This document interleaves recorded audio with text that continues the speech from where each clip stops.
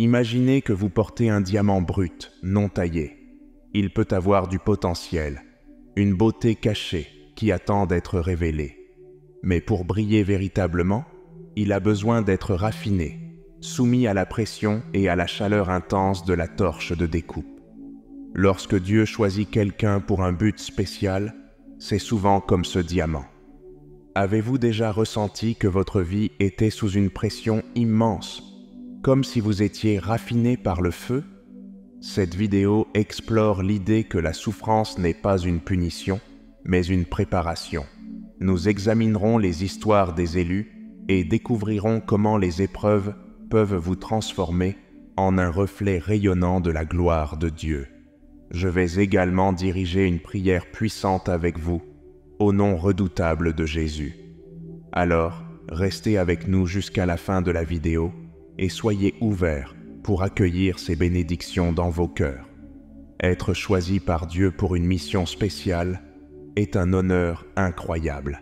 C'est un signe que Dieu voit du potentiel en vous, vous faisant confiance avec un objectif qui va au-delà de la vie ordinaire. Mais soyons honnêtes, ce chemin est loin d'être facile. Ceux qui sont choisis se retrouvent souvent face à des défis importants et à des sacrifices. Matthieu 22, verset 14, nous dit que « beaucoup sont appelés, mais peu sont choisis ». Et cela va au-delà de la simple sélection. Il s'agit d'être préparé à marcher sur une route difficile. Ce chemin implique la souffrance, qui est une partie inévitable de l'expérience humaine. Ce n'est pas une punition, mais plutôt un processus de raffinement. Ces épreuves nous façonnent, construisent notre caractère et renforcent notre foi. Réfléchissez-y, combien de fois nous appuyons-nous davantage sur Dieu pendant les moments de trouble? C'est dans ces moments que notre dépendance à lui grandit le plus. Considérez certaines des grandes figures de la Bible. Jésus, notre Sauveur, a enduré une immense souffrance. Dès le début de son ministère, il a affronté l'opposition, le rejet et finalement la crucifixion. Pourtant, à travers sa souffrance, il a accompli le plus grand plan de Dieu pour l'humanité. Moïse aussi a vécu de grandes épreuves. Il a passé 40 ans dans le désert avant de pouvoir conduire les Israélites hors d'Égypte. Son parcours a été marqué par des doutes, des rébellions et une pression immense. Mais c'est cette même souffrance qui l'a préparé à être le leader dont Dieu avait besoin.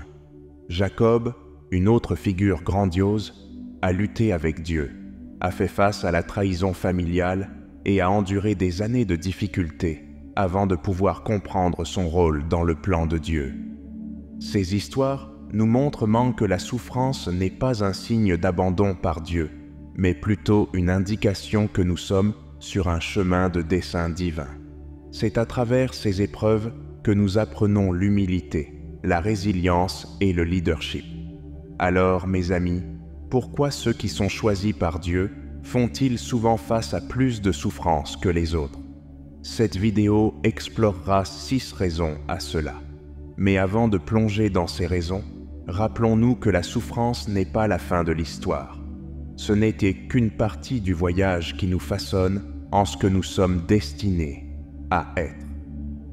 Essayons maintenant de mieux comprendre l'importance des épreuves et comment elles préparent les élus au rôle significatif que Dieu leur réserve.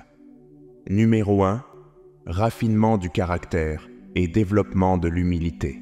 Ce processus est essentiel car il dépouille de l'orgueil, de l'égoïsme et d'autres impuretés qui pourraient empêcher les élus de réaliser efficacement la volonté de Dieu. Ces épreuves ne sont pas aléatoires ou insignifiantes. Elles sont intentionnelles et conçues pour les transformer en des récipients aptes à leur mission divine. L'humilité est une vertu essentielle que les élus doivent posséder. Elle les garde ancrés et dépendants de la force de Dieu plutôt que de s'appuyer uniquement sur leurs propres capacités. Lorsque nous faisons face à des épreuves, il était facile de se sentir dépassé et impuissant. Cependant, ces mêmes moments de faiblesse sont des occasions pour nous de réaliser notre besoin de Dieu et de nous appuyer plus profondément sur lui. Deutéronome 8, verset 3 nous dit « Il t'a humilié, il t'a fait sentir la faim, et il t'a nourri de la manne que tu ne connaissais pas, et que tes ancêtres n'avaient pas connue, afin de te faire comprendre que l'homme ne vit pas de pain seulement, mais de toute parole qui sort de la bouche de l'Éternel. » Regardons de plus près la vie de Moïse, un homme dont l'histoire illustre parfaitement le processus de raffinement à travers la souffrance. Moïse est né dans une famille hébraïque, à une époque où le pharaon d'Égypte avait ordonné la mise à mort de tous les nouveau-nés hébreux. Pour le sauver, sa mère l'a placé dans un panier sur le fleuve Nil, où il a été trouvé et adopté par la fille du pharaon. Élevé dans le luxe et l'opulence du palais de Pharaon, Moïse avait accès à tous les privilèges de la royauté égyptienne. Malgré cette éducation privilégiée, Moïse ressentait un lien profond avec ses racines hébraïques. Un jour, il a été témoin d'un Égyptien frappant un esclave hébreu. Et, dans un accès de rage, Moïse a mis fin à la vie de l'Égyptien. Prenant conscience de la gravité de ses actes et craignant pour sa vie, Moïse s'est enfui dans le désert de Madian. Il est passé de la vie dans un palais à la garde des moutons dans le désert. Ce changement radical de circonstances faisait partie du plan de Dieu pour l'humilier et le préparer à son futur rôle. Pendant 40 ans, Moïse a vécu comme berger, loin de la grandeur de la royauté égyptienne. Cette période de sa vie fut marquée par des difficultés et l'humilité, mais elle fut aussi un temps de préparation. Moïse a appris la patience, la résilience et une profonde dépendance à Dieu. Ses expériences en tant que berger l'ont doté des qualités nécessaires pour conduire les Israélites hors d'Égypte. Lorsque Dieu a finalement appelé Moïse à délivrer son peuple de l'esclavage, Moïse était un homme transformé. Le prince impulsif qui avait pris les choses en main avait disparu. À sa place se trouvait un humble berger, pleinement conscient de ses limites et totalement dépendant de la puissance de Dieu. Les épreuves qu'il a endurées dans le désert ont raffiné son caractère et développé une profonde humilité qui lui a permis de diriger avec sagesse et compassion. À travers les feux de l'affliction, les élus comme Moïse émergent comme des vaisseaux d'humilité. Ils deviennent entièrement dépendants de la force et de la direction de Dieu, prêts à accomplir leur but divin avec une foi et une obéissance inébranlables. Ce processus de raffinement ne consiste pas seulement à endurer la souffrance, il s'agit d'être transformé par elle. En affrontant nos propres épreuves, nous pouvons trouver du réconfort en sachant que Dieu utilise ces expériences pour nous façonner, tout comme il l'a fait avec Moïse. Numéro 2, développer la résilience et la persévérance. Le chemin des élus est rarement lisse. Au contraire, il est rempli de défis intimidants, d'opposition et d'obstacles apparemment insurmontables. Ces épreuves ne sont pas destinées à les briser, mais à construire la résilience et la persévérance, des qualités essentielles pour endurer la route à venir. La résilience est la capacité de rebondir après des revers, des déceptions et des échecs. C'est se relever à chaque fois que la vie vous met à terre. La persévérance, quant à elle, est la détermination à continuer d'avancer, même lorsque la route semble infranchissable. Ces qualités sont importantes pour ceux que Dieu a choisis, car leur chemin nécessite souvent un esprit inébranlable. Dans 2 Corinthiens 4, versets 8 à 9, il est dit « Nous sommes pressés de toutes parts, mais non écrasés, dans la détresse, mais non dans le désespoir, persécutés, mais non abandonnés, abattus, mais non anéantis. » Voyez-vous comment ce passage capture magnifiquement l'essence de la résilience et de la persévérance? Malgré la pression et la perplexité, les élus ne sont ni écrasés ni désespérés. Malgré la persécution et l'abattement, ils ne sont ni abandonnés ni détruits. Ces épreuves leur apprennent à faire confiance au plan souverain de Dieu et à compter sur sa force, plutôt que sur leur propre de ressources limitées. Lorsque nous faisons face à des difficultés, il est facile de se sentir accablé et vaincu. Mais ces expériences sont des occasions pour nous de devenir plus forts dans notre foi et de développer une dépendance plus profonde envers Dieu.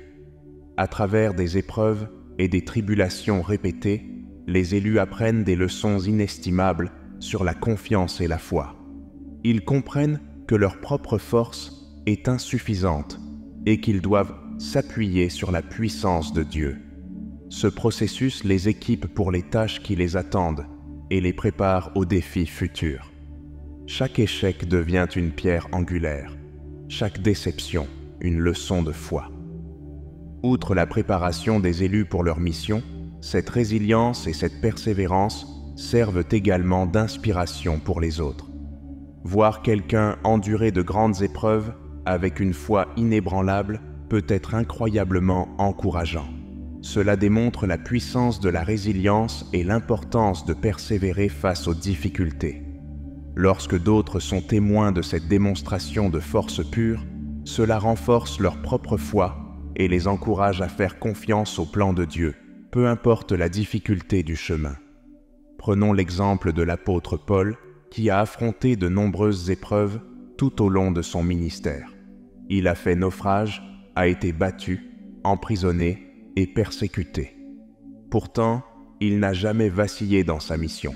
Sa résilience et sa persévérance sont évidentes dans ses écrits, où il parle souvent des luttes qu'il a rencontrées et de la force qu'il a trouvée en Dieu. La vie de Paul est un rappel du pouvoir de la foi durable et des choses incroyables que Dieu peut accomplir à travers ceux qui restent fermes.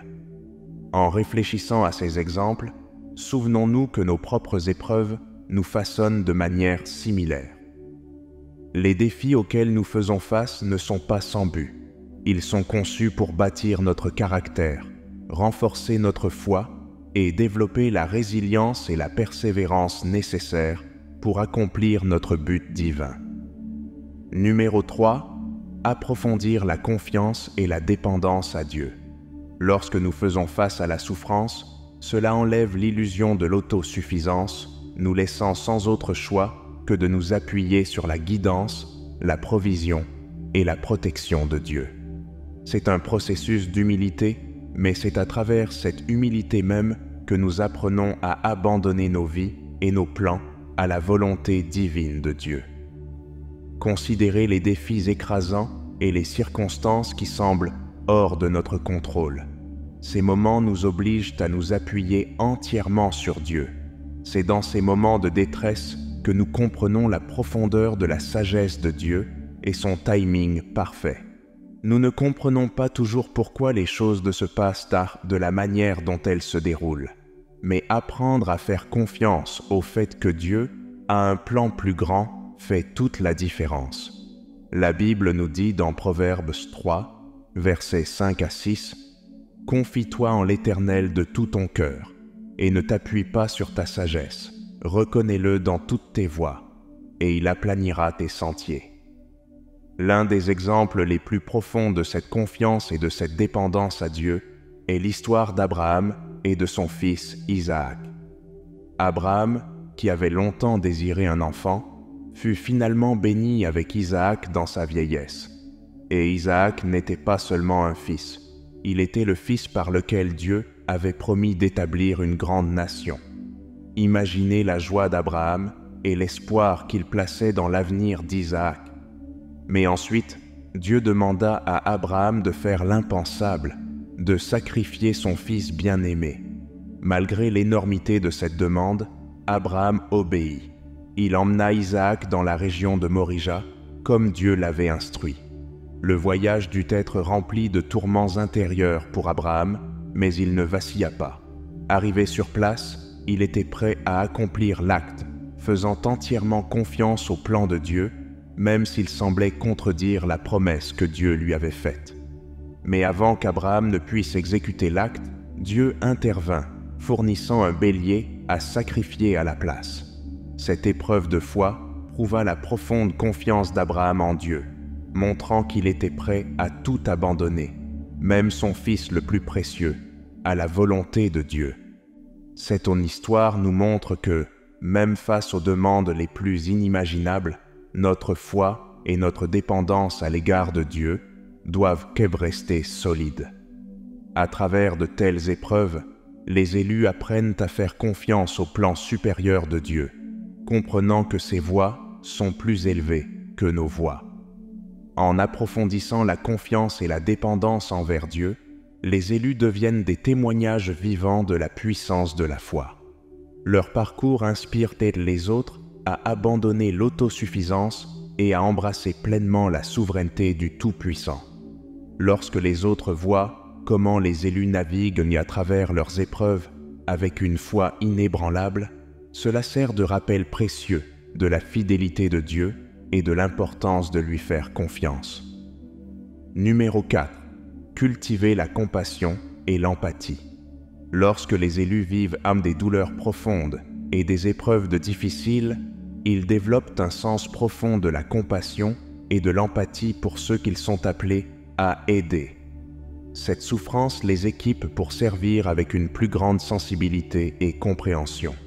Vous voyez, en éprouvant personnellement des difficultés, les élus peuvent mieux comprendre les luttes et les afflictions des autres. Cette connaissance directe rend leur ministère plus authentique et résonnant sur le plan émotionnel. Lorsque vous avez traversé vous-même la vallée de la souffrance, vous pouvez parler de la douleur des autres avec une profondeur de compréhension autrement inatteignable.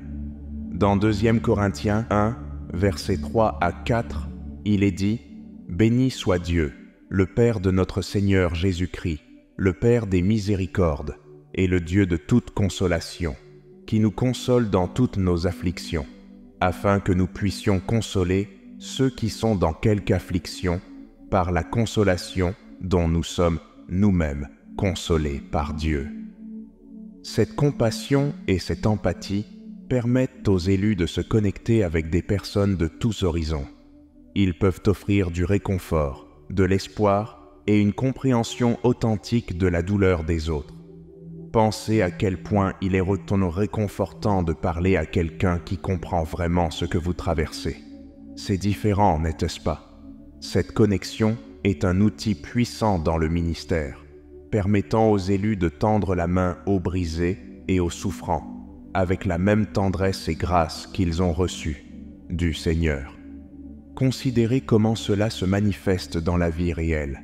Lorsqu'une personne qui a subi une grande perte tend la main pour réconforter une autre personne en deuil, il y a un lien immédiat et une compréhension qui vont au-delà des mots. Les élus, à travers leur propre souffrance, deviennent particulièrement qualifiés pour offrir ce type de réconfort. Ils peuvent me dire « Je comprends ce que tu traverses » et le penser vraiment. Cette authenticité est ce qui rend leur ministère si impactant. De plus, la compassion et l'empathie des élus les rendent efficaces pour transmettre l'amour de Dieu. Leurs propres expériences du réconfort de Dieu leur permettent de transmettre ce même réconfort aux autres. Ce cycle de réception et de don de l'amour de Dieu crée un effet de vague, touchant des vies et répandant l'espoir loin et largement. Numéro 5. Se préparer au leadership et à l'influence. Les épreuves et souffrances que les élus rencontrent servent souvent de creuset, les façonnant en leaders efficaces, capables de guider et d'inspirer les autres. Ces expériences instillent la sagesse, le discernement et une profonde compréhension de la nature humaine. Tout donne des qualités essentielles pour naviguer dans des situations complexes et offrir des conseils avisés. Rappelons-nous la vie de Joseph, l'un des exemples les plus marquants de ce principe.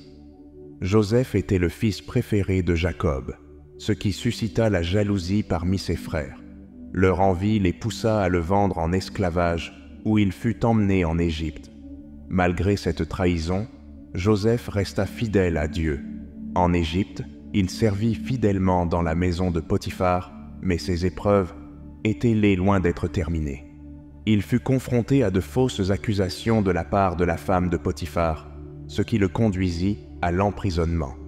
Même en prison, le caractère et la fidélité de Joseph brillaient de mille feux.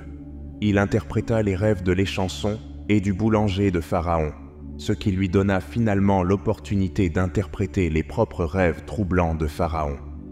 Impressionné par la sagesse de Joseph et l'exactitude de ses interprétations, Pharaon l'éleva à une position de pouvoir immense. Joseph devint le deuxième homme le plus puissant d'Égypte, chargé de préparer la nation à une famine imminente. Sa gestion durant cette crise permit non seulement de sauver l'Égypte, mais aussi sa propre famille, qui vint en Égypte chercher de la nourriture. Son parcours, passant de la trahison et de l'emprisonnement au leadership, illustre comment la souffrance peut nous préparer à des rôles significatifs. Chaque difficulté qu'il a affrontée l'a doté de la résilience, de la sagesse et de la compassion nécessaires pour diriger efficacement.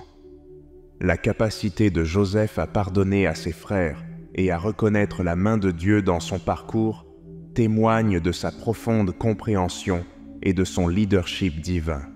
Hébreux 12, verset 7, nous rappelle « Supportez vos souffrances comme une discipline. Dieu vous traite comme ses enfants. Quel était l'enfant que son père ne discipline pas ?» À travers la souffrance, les élus développent une empathie profonde et une compréhension de la condition humaine, ce qui était vital pour le leadership. Ils apprennent à prendre des décisions qui reflètent la sagesse divine et la compassion, comprenant les luttes et les peurs de ceux qu'ils dirigent. Le leadership va au-delà de la simple détention d'une position de pouvoir. Il s'agit de guider les autres avec sagesse, compassion et intégrité. Les élus, à travers leurs souffrances, sont équipés pour diriger de manière à refléter l'amour et la justice de Dieu. Ils inspirent les autres à surmonter leurs propres circonstances et à voir les épreuves comme des opportunités de croissance et de préparation à de plus grandes responsabilités. Numéro 6. Révéler la gloire et la souveraineté de Dieu. C'est à travers les épreuves et les tribulations que la capacité de Dieu à agir dans les circonstances les plus difficiles pour ses desseins supérieurs devient évidente. Lorsque les élus persévèrent dans leur lutte et en sortent victorieux, c'est une démonstration de la puissance, de la fidélité et de l'amour inébranlable de Dieu pour son peuple. L'un des meilleurs exemples de cela est l'histoire de Job. Job était un homme intègre, qui craignait Dieu et s'éloignait du mal. Il était béni d'une grande richesse, d'une grande famille et d'une bonne santé. Cependant, sa foi fut mise à l'épreuve de la manière la plus sévère imaginable. En une série d'événements dévastateurs, Job perdit ses enfants, sa richesse et même sa santé. Il se retrouva couvert de plaies douloureuses, assis sur des cendres, se grattant la peau avec un morceau de poterie brisé. Malgré son immense souffrance, Job ne maudit pas Dieu. Au lieu de cela, il resta fidèle, même lorsque ses amis et sa femme l'encouragèrent à abandonner son intégrité. Tout au long de ces épreuves, Job lutta pour comprendre pourquoi il souffrait. Il interrogea Dieu et chercha des réponses, mais il ne renonça jamais à sa foi. À la fin, Dieu parla à Job, lui rappelant sa sagesse divine et les limites de la compréhension humaine. Job réalisa que les voies de Dieu dépassent la compréhension humaine et que ses desseins sont toujours justes, même lorsqu'ils ne sont pas immédiatement évidents. Dieu restaura la fortune de Job, lui donnant 2 fois plus qu'avant, le bénissant avec plus d'enfants et lui accordant une longue vie. Cette drôle d'histoire montre comment la souffrance peut révéler la grandeur de la sagesse et de la souveraineté de Dieu. L'endurance et la foi de Job, malgré son adversité incompréhensible, ont mis en lumière la capacité de Dieu à apporter la restauration et la bénédiction. Romains 8, verset 28, nous rappelle « Nous savons, du reste, que toutes choses concourent au bien de ceux qui aiment Dieu, de ceux qui sont appelés selon son dessein. » À travers la souffrance des élus, la gloire de Dieu resplendit. inspirant admiration et respect. Ces expériences approfondissent notre compréhension de sa nature immuable et de son engagement indéfectible envers ses enfants. Alors que les élus traversent leurs épreuves, leur vie deviennent un exemple de la gloire de Dieu.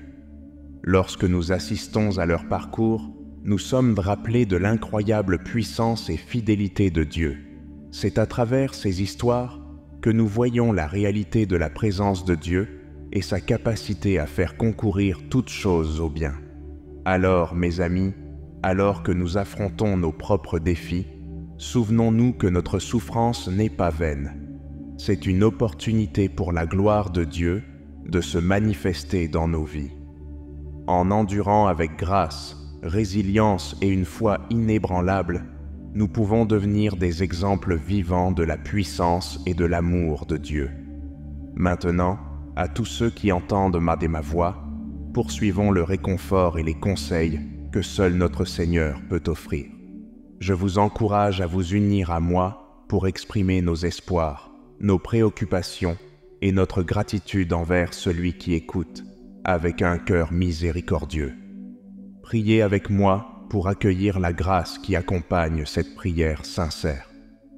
Sauveur miséricordieux, aide-nous à rester fermes dans notre foi, en ayant confiance en ton plan parfait pour nos vies. Quand nous nous sentons accablés par les fardeaux que nous portons, rappelle-nous que tu es avec nous, offrant réconfort et paix. Nous prions pour la sagesse de diriger avec humilité et intégrité. Si tu désires nous préparer à des positions d'influence et de leadership, équipe-nous de discernement et d'une profonde compréhension de la nature humaine. Guide-nous dans la prise de décisions qui t'honorent et qui servent le bien commun. Seigneur, nous te remercions pour le don de la vie et pour les nombreuses bénédictions que tu nous as accordées. Nous sommes reconnaissants pour les opportunités de grandir dans notre foi et de nous rapprocher de toi. Même en période de souffrance, nous voyons ta main à l'œuvre, nous façonnant et nous préparant à de plus grands desseins. Père, nous élevons nos cœurs en gratitude pour les leçons apprises à travers la souffrance. Chaque défi que nous affrontons nous rapproche de toi et nous façonne en les personnes que tu nous appelles à être. Nous te remercions pour la croissance et la compréhension plus profonde de tes voies qui sont venues à travers nos épreuves. Nous te demandons pardon pour les moments où nous avons failli et compté sur notre propre force au lieu de nous appuyer sur toi. Apprends-nous à abandonner complètement nos vies à ta volonté, en ayant confiance en ta sagesse et en ton timing. Nous prions pour le courage d'affronter nos défis avec une foi inébranlable, croyant que tu fais concourir toutes choses pour notre bien. Seigneur, cultive en nous un profond sens de compassion et d'empathie pour ceux qui nous entourent. À travers nos propres expériences de douleur et de difficulté, aide-nous à comprendre les luttes des autres et à tendre la main avec ton amour et ta bonté. Utilise nos vies comme des vases de ton réconfort, apportant espoir et guérison aux brisés et aux souffrants. Père céleste, dans nos moments les plus sombres, rappelle-nous ton engagement indéfectible envers nous. Permets-nous de sentir ta présence et de savoir que nous ne sommes jamais seuls. Renforce notre foi et aide-nous à persévérer à travers les épreuves, émergeant victorieux par ta grâce. Alors que nous marchons sur ce chemin de foi, fais de nous des exemples vivants de ton amour et de ta puissance, que nos vies inspirent les autres à te faire confiance et à embrasser leurs propres défis avec foi et courage. Utilise nos histoires pour révéler ta gloire et attirer les autres dans une relation plus profonde avec toi. Enfin, nous te demandons de continuer à nous guider et de remplir nos cœurs de ton amour. Aide-nous à rester ancrés dans notre foi en ayant confiance en ton plan pour nos vies. Dans tout ce que nous faisons, puissions-nous t'honorer et apporter gloire à ton nom. Au nom de Jésus, nous prions. Amen. Nous espérons que vous vous sentirez mieux après avoir entendu cette prière. Veuillez cliquer sur le bouton j'aime de la vidéo et vous abonner à notre chaîne si vous souhaitez nous soutenir. Et si nous restions sur cette voie inspirante et pleine de foi, pour ce faire, cliquez sur la vidéo qui s'affiche sur votre écran.